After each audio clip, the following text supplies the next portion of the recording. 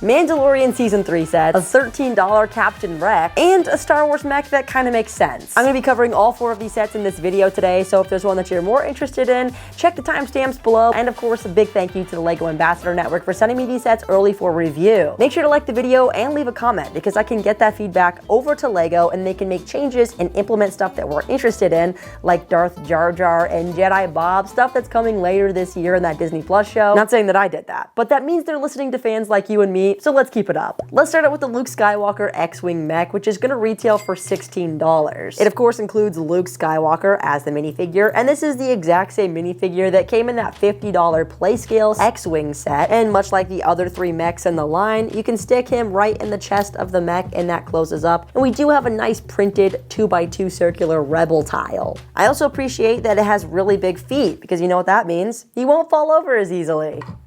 Instead of just getting a blaster though, he also gets a lightsaber to go against Darth Vader, which is pretty OP. I mean, these things are like 6 times the size of a regular minifigure lightsaber. And speaking of which, the minifigure version can go right on the back. The X-Wing foils are maneuverable on mixel joints, just like the rest of the mech's arms and legs, which is probably why these mechs are so much more popular with younger kids compared to maybe Microfighters, because there's just a lot more you can do with it. Now, I say this one makes sense because it has a direct foe that it can fight against, so I'm curious to see what other mechs that LEGO will create with other named characters. So drop a comment below who you'd like to see most as a LEGO Star Wars mech, because this is the cheapest set that you can get minifigures in, other than a Microfighter, which is what we'll talk about next. Now, Rex's WWing Microfighter. This is a set that's been long anticipated, but not exactly in this scale. Fans were eager to get Rex's WWing as a play scale set, probably around that $80 price point, but instead we have a $13 Microfighter with the exact same Phase 2 Captain Rex that's in the UCS Venator. Now, as an adult fan of Star Wars and collector of Star Wars minifigures, I'm always gonna be bummed when a more expensive minifigure comes out in a cheaper set. And because UCS sets are not only so expensive, but they take up so much space, having exclusivity definitely helps me to purchase sets, and if they don't have exclusivity, I'm going to be less likely to purchase them in the future. I would much rather only buy play scale and Microfighter sets to get all the figures. So I feel torn, because the big ships are really awesome and they're definitely collector's items, but when it comes to the price point and making space for the set, the exclusive minifigures definitely help me to make that purchase. That aside, I am stoked that everybody should be able to afford now a Phase 2 Captain Rex, because this is such a goated character in Star Wars, especially with recent appearances in the Bad Batch and even in Ahsoka. Underneath his iconic helmet, you have the patch over his head, which is where his inhibitor chip was taken out of in Season 7 of the Clone Wars, and he has the same cloth pauldron. The 2013 version has always been my favorite LEGO Star Wars minifigure, and this is a close second now with arm printing. The only thing that can make this figure better is a fabric waist cape, so keep the complaints coming, boys. Maybe LEGO will make a change. Now, I don't have a lot to say about the Microfighter itself. It looks great for a WWing Microfighter. There's 2 stud launchers on the sides, a printed control panel, and the set's probably gonna go in a drawer somewhere. So let's get on to the Mandalorian Season 3 sets. This is the Ambush on Mandalore Battle Pack, and by the looks of it, it's made so that people will buy multiples so that they can recreate this massive finale battle in the end of Season 3.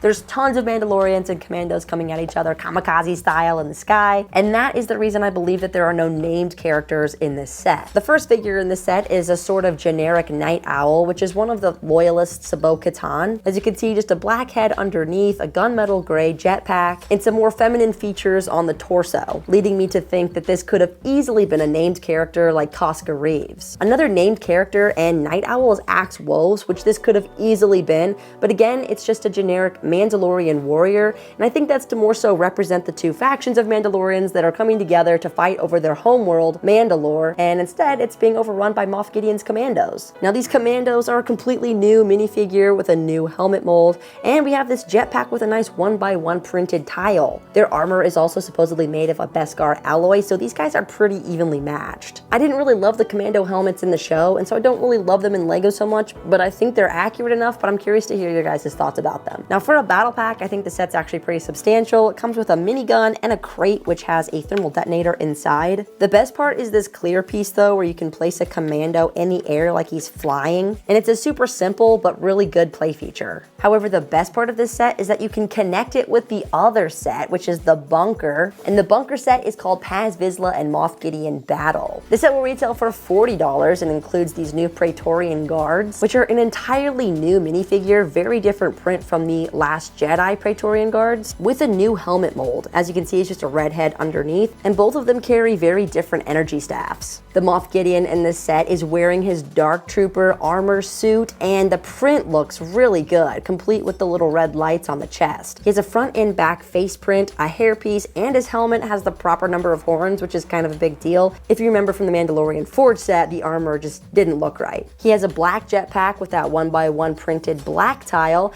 and I think this figure would be perfect if he had a cape. And of course, the final figure included in this set is the return of Paz Vizla, who was previously exclusive to that Forge set, but somehow returned. Now, instead of paying $40 for the figure alone, you can pay $40 and get this entire set. And I thought the set was a little bit small at first, but realizing the piece count and the play features has definitely changed my mind. I think this is a pretty fair priced set. If only it included IG-12. This would have been the perfect opportunity, as he later goes on to fight those Praetorian guards and help to save Mando. I also think it's crazy that they didn't include Mando, but considering you can get Din Djarin in like every other Mandalorian set, I'm actually really glad they didn't put him in this one.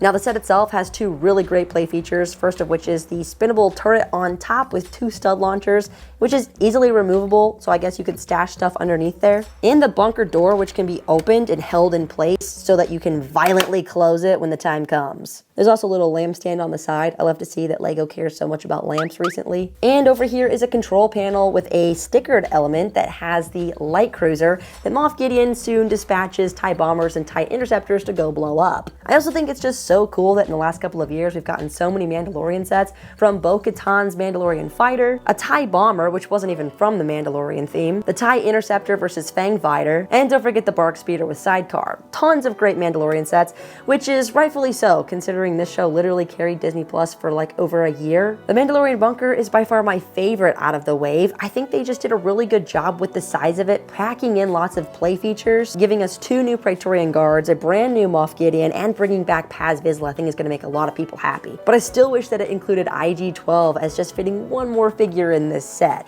I mean, you can recreate him by brick building him or just adding the Grogu carrier onto IG-11, but still, it would have been so cool to finally see a named character for the IG-12 unit in a LEGO Star Wars set, and this would have been the perfect opportunity. I'm really glad that LEGO Star Wars is finally starting to incorporate sets that can connect to each other. It's something that Harry Potter's been doing a lot lately, not only with the Forbidden Forest to the Hagrid's Hut, but also, as you'll see, in the new Hogwarts Castle. It's long overdue for Star Wars sets, and I'm glad to see it finally happening. Now, as much as I love larger LEGO Star Wars sets, this is $90, and if you compare the 10 minifigures that you're getting here, as opposed to, say, an $80 play scale set with maybe 4 or 5 minifigures, I'm gonna have to give this wave a big win in my books. For June 1st, with the inclusion of several new minifigures, as well as this Phase 2 Captain Rex at an affordable price point, people are gonna be really excited about this. But as always, let me know your thoughts in the comments below. Don't forget to hit that like button, and stay tuned, because we have a lot more LEGO sets to build and Harry Potter sets to review. Thanks for watching this review, and may the Force be with you.